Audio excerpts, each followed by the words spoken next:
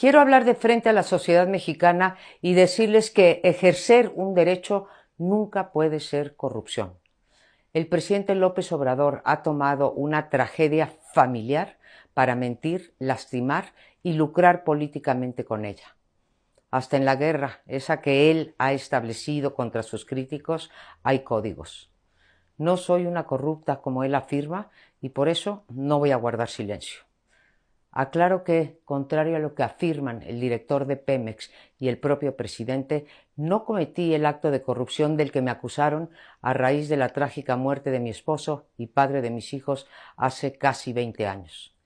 La acusación en mi contra se basa en un dicho que el presidente expone en su libro Gracias y que ha repetido una y otra vez en su conferencia matutina en los últimos días. La señora Casar, y cito textualmente, se entrevistó con el procurador Bernardo Batis para pedirle que cambiara el acta, modificándolo de suicidio por accidente, porque de esa manera podía cobrar el seguro y recibir de Pemex una pensión vitalicia y ayuda para la educación de sus hijos hasta que cumplieran 25 años. No fue el caso.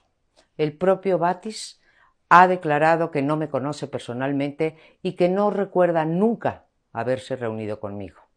Si tal cosa hubiese ocurrido, como escribe el presidente, tanto el entonces jefe de gobierno del Distrito Federal, el propio Andrés Manuel López Obrador, como su procurador, debieron haberme denunciado o al menos haberse negado a cometer tal ilegalidad. Despejada esa mentira, ahora ya no me acusan de haber pedido la alteración de un documento oficial, sino de cobrar la pensión de viudez. En efecto, la he cobrado desde hace 19 años y repito, ejercer un derecho no es corrupción. No hay ningún ordenamiento que establezca limitación alguna a las pensiones de viudez por la causa de fallecimiento.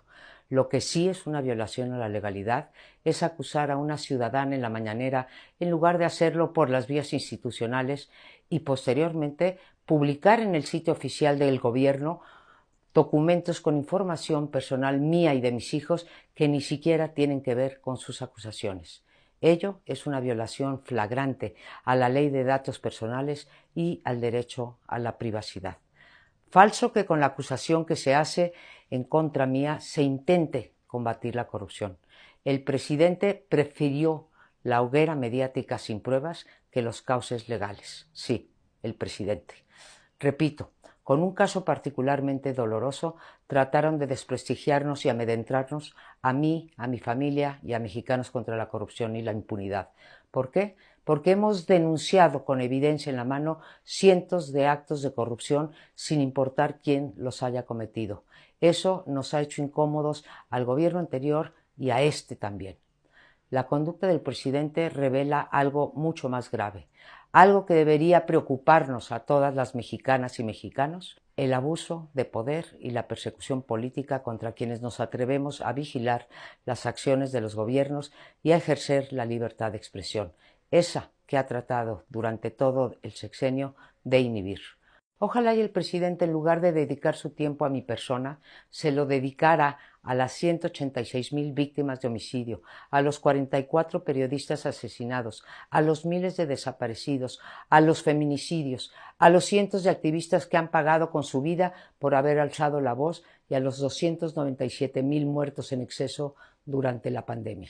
Quiero ser muy clara con este mensaje a la ciudadanía, pero también al presidente. Ni yo, ni Mexicanos contra la Corrupción y la Impunidad daremos un paso atrás ante sus ataques y sus mentiras. Por último, agradezco las muchas muestras de apoyo, de cariño, de solidaridad recibidas y hago un llamado a todos los mexicanos y mexicanas que están cansados y hartos de la corrupción. Sí hay de otra.